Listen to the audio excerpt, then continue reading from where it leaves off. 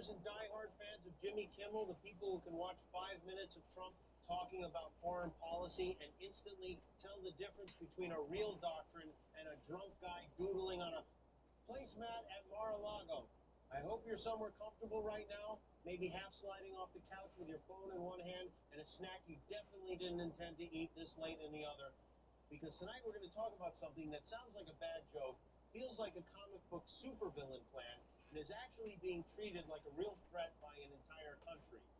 Donald Trump's so-called Don Roe doctrine and how it just turned the Canadian people into some of the most determined Trump resistors on the planet.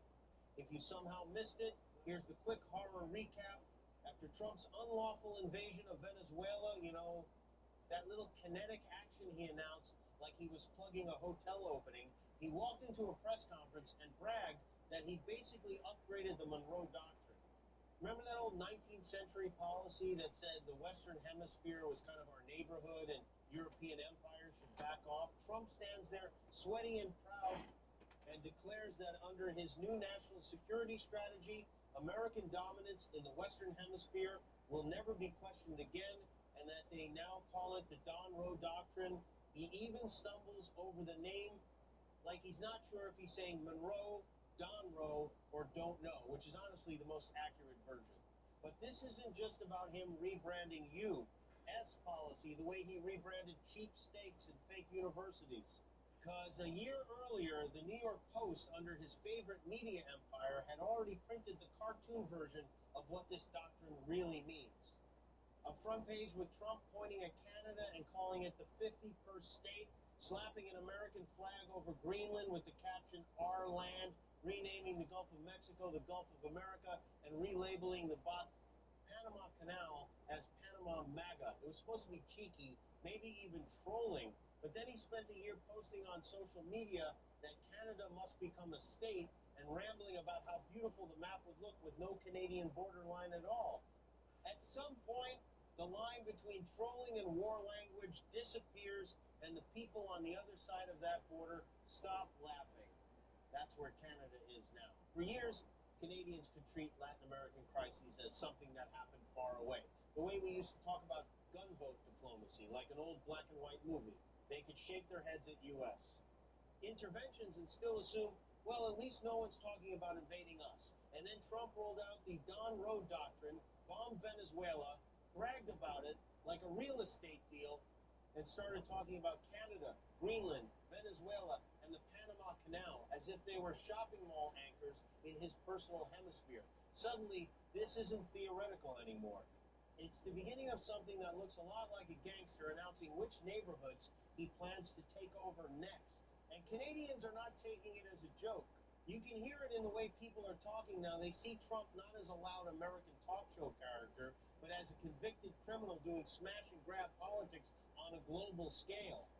They've watched him siphon off dark Russian money for decades, watched him cozy up to oligarchs and strongmen, and now they're watching him use the U.S. military as a blunt instrument to seize resources from other nations. As one Canadian voice put it, this is bandit politics, a mafia boss with nukes deciding that oil fields, canals, and entire countries are just items in his shopping cart. The invasion of Venezuela is the warning shot, not because anyone thinks Nicolas Maduro is a saint, even the Canadian government has opposed him on democracy and human rights, but because of the way Trump talks about it.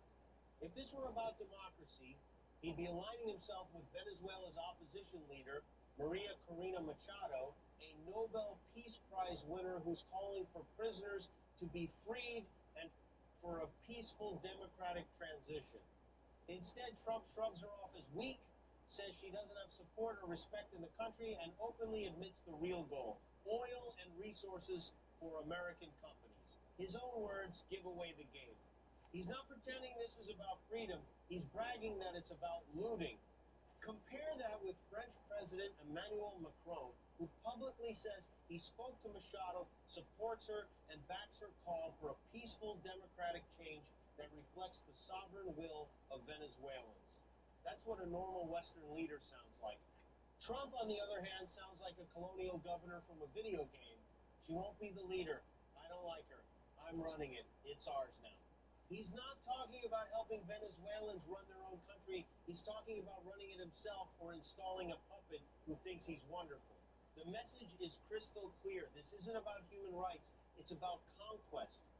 And Canada hears that loud and clear. They've heard him use the exact same language about them that he uses about Venezuela. 51st state, our land.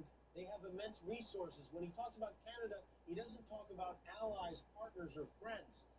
He talks about territory, extraction, and how the map would look without that annoying northern line. So Canadians are realizing that what he just did to Venezuela is not a one-off stunt, it's a preview. If you live in a country with valuable resources that Trump thinks he can grab oil, minerals, strategic waterways, Arctic routes, you are on his mental map of future real estate. The response from Canada isn't panic, it's preparation. And that might be the part that scares Trump the most. A year ago, NATO diplomats were still nervously trying to appease MAGA, hoping they could flatter him into being less dangerous. Now, according to Canadian voices on the ground, there's a different mood, determination, a quiet, serious, we know exactly who we're up against kind of determination. They see him as a criminal who survived for decades by laundering gangster money, and now they're watching him try to turn that same mentality into foreign policy. They're not shrugging it off anymore. They're making plans. Those plans range from the economic to the military. Economically, Canada is refocusing away from what they openly call the gangster economy, building alliances and trade links that don't leave them hostage to a White House that might be run like a protection racket. Politically, they're talking to Europeans, France, Germany, other NATO partners about how to contain and deter Trump's expansionist fantasies. On the security side, they're doing things you wouldn't expect from the quiet neighbor stereotype, establishing permanent bases in places like Latvia, training Ukrainians and learning from them in return, studying drone warfare, and building a doctrine for defending their airspace and borders if U.S. drones or forces were ever used in a Trump-ordered attack. There's even talk about a 300,000-strong civilian volunteer force, a kind of modern trained reserve of citizens ready to handle the kind of hybrid drone-heavy conflicts we've seen in Ukraine. Some Canadian media scoffed at the idea at first, but the interest is real. People are signing up, asking how they can help, how they can be part of a defense that doesn't rely on crossing their fingers and hoping Trump calms down.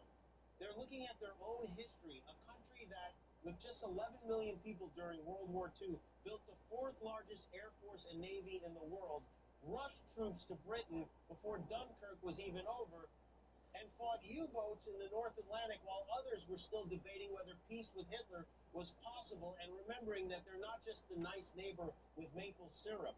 They can mobilize fast when they have to. At the same time, they're rethinking their dependence on American military hardware. Do you buy the superior U.S. jet if the guy in charge of the U.S. might one day turn those same systems off or weaponize them against you?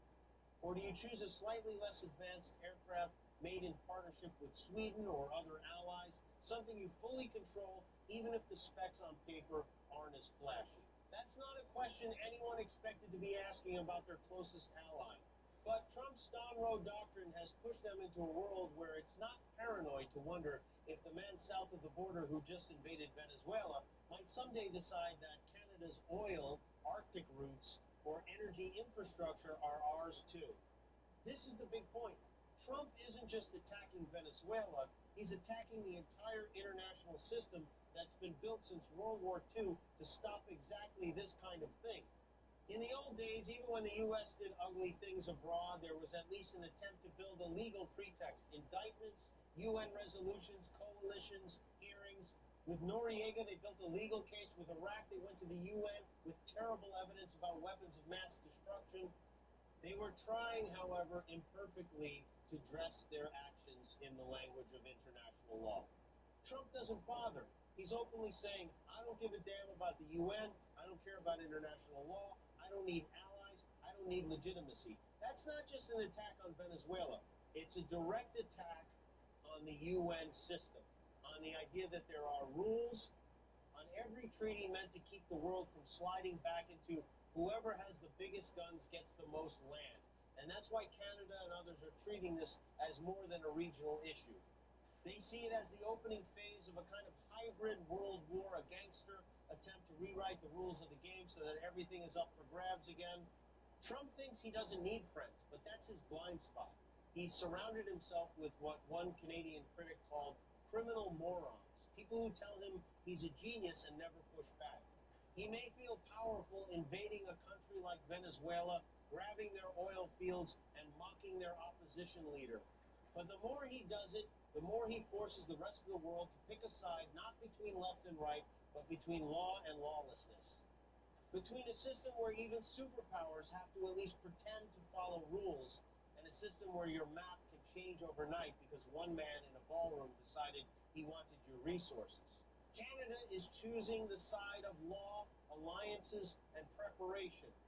They're standing with the international community, refusing to go along to get along, making it clear that they will not appease a man they openly call a convicted criminal and a narcissistic thug. They're rebuilding their alliances, reshaping their economy, and saying, if you come for us, we will be ready. We survived world wars. We've done this before. We're not your 51st state. We're true north, strong and free. And that, in the end, is what Trump never understands. He thinks everyone else is as cowardly and transactional as the people he hires. He thinks he can bully an entire hemisphere into submission with a few missiles, a meme on social media, and a press conference where he renames doctrines after himself. What he's actually doing is reminding the rest of the world to prepare, to build defenses, to tighten alliances, and to treat him not as a joke, but as a warning. If you're still watching, still thinking about this, instead of letting it blur into the background noise of 1,000 Trump scandals, you're already doing the one thing this whole spectacle is designed to stop. You're paying attention.